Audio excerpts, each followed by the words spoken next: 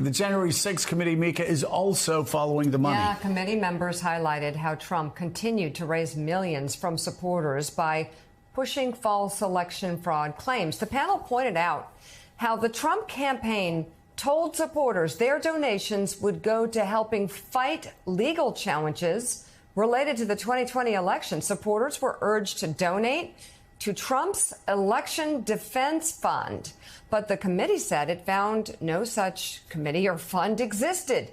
Instead, much of $250 million raised went to Trump's new super PAC called the Save America PAC, launched in the days just after the election. Let's bring in the member of the January 6th Select Committee who took the lead in yesterday's hearing, Democratic Congresswoman Zoe Lofgren of California. Thank you for being on. I want to look at all the different questions as to where this may lead, focusing in on this money raised, the big ripoff, as it was called. It sounds like there could be serious legal implication. We're talking about Trump supporters duped into sending money to support the big lie? Well, we were not making a case, a criminal case.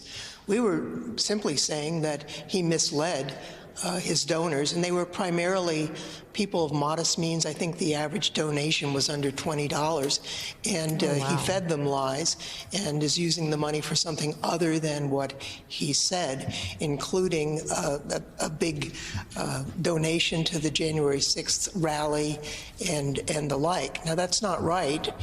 You know, people contribute money because they want their voice to be heard, but when they're deceived about what it's really going for, that's not the right thing.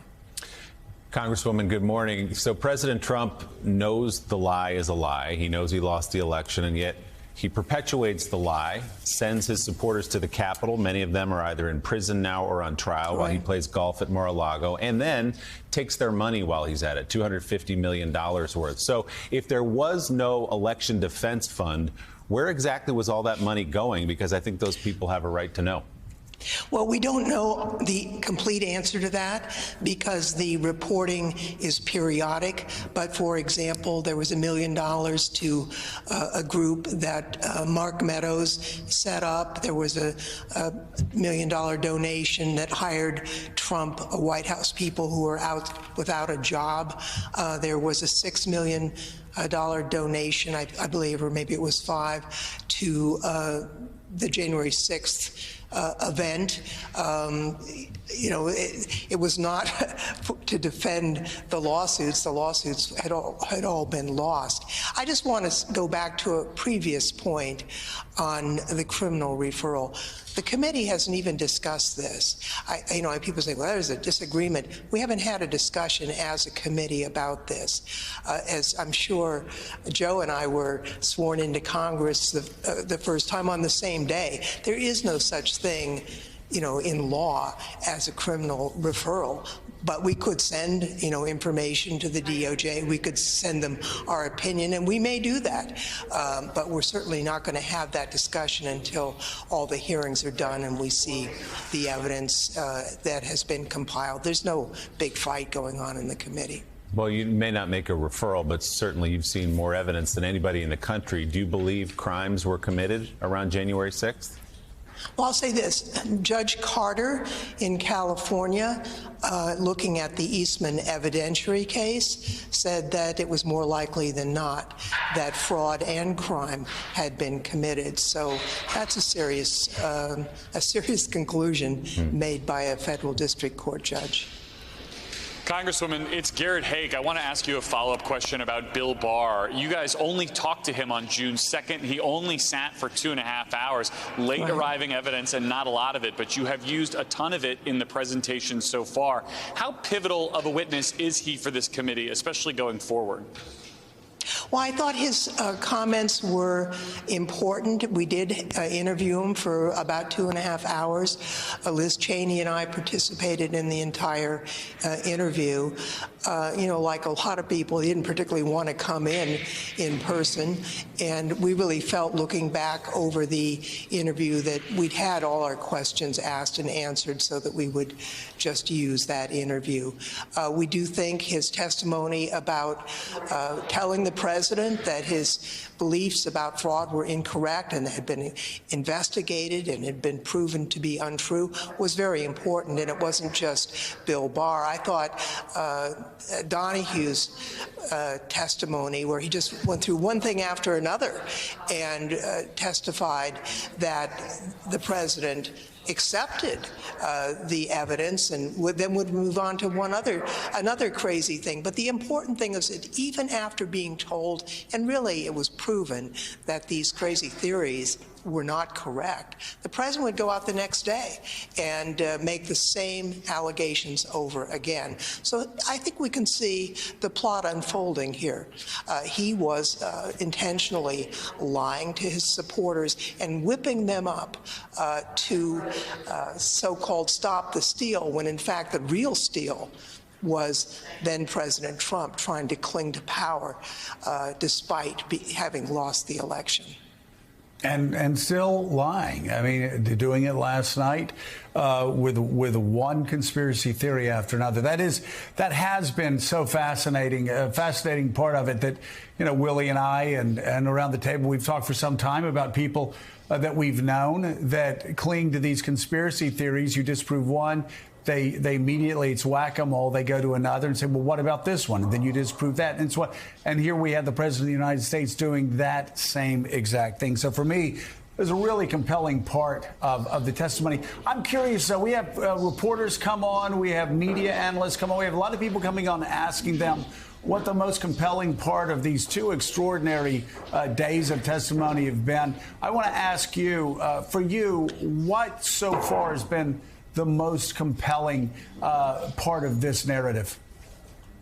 Well, I don't know that I can say just one thing, but I think the avalanche of evidence of Trump world, people he appointed, people he trusted, people who went out and investigated. They just didn't say, oh, no, that couldn't happen. They went out and they investigated, they interviewed people, and they found out that what he was saying had no basis. There was no evidence. It didn't happen. And they told him that, and he continued to lie about it. I thought at the end of our hearing, when we had a video of rioters on January 6th, essentially repeating the president's big lie, was very compelling. Those individuals bought the lie that the president gave to them and responded, and many of them are now in prison or in jail. They paid a big price for the president's misconduct here. Yes, they did. Congresswoman, I understand there is a bit of a change in the schedule pertaining to tomorrow's hearing. Do you know anything about when it will be and what's going on? I think we're just firming up. There's no big deal, but I'll tell you, the putting together the video and the exhibits is an exhausting exercise for our very small, video staff. So we're trying to, we were going to have 1, 2, 3 in 1 week, and it's too much to put it all together. So we're trying to give them a little room to do their technical work. Is mainly it. Congresswoman, okay. I want to finish on something that I talked about at the top of the hour. We've spent a good bit of this show talking about how these people work for Donald Trump. How dare they not say it early? I want to underline something that I'm sure you would underline as well. That they could have chosen to fight the subpoenas. They could have chosen to hide behind their Fifth Amendment protections, and they've chosen not to. And so the only point I'm trying to make people that are viewing that might be upset that they didn't come out and say all of this when it was unfolding, it certainly is extraordinarily important now that they have done that, and they should be thanked for that, because it's helping us see give us extraordinary insight into what happened. Yes, well, some were subpoenaed, as you know, Mr. Stepien. Of course, his wife went into labor, and he went up to be with her, as we agreed he should.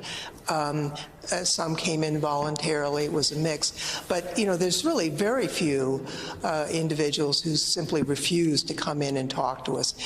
Those people should be ashamed of themselves. They have an obligation to come in. But the vast majority of people did come in and talk to us, including the president's own daughter and son-in-law and the like. So, we are learning things, and in the days to come, we will be releasing additional evidence through these hearings. January 6th committee member, Congresswoman Zoe Lofgren, thank you so much for your service. Thank you very much for being on this morning.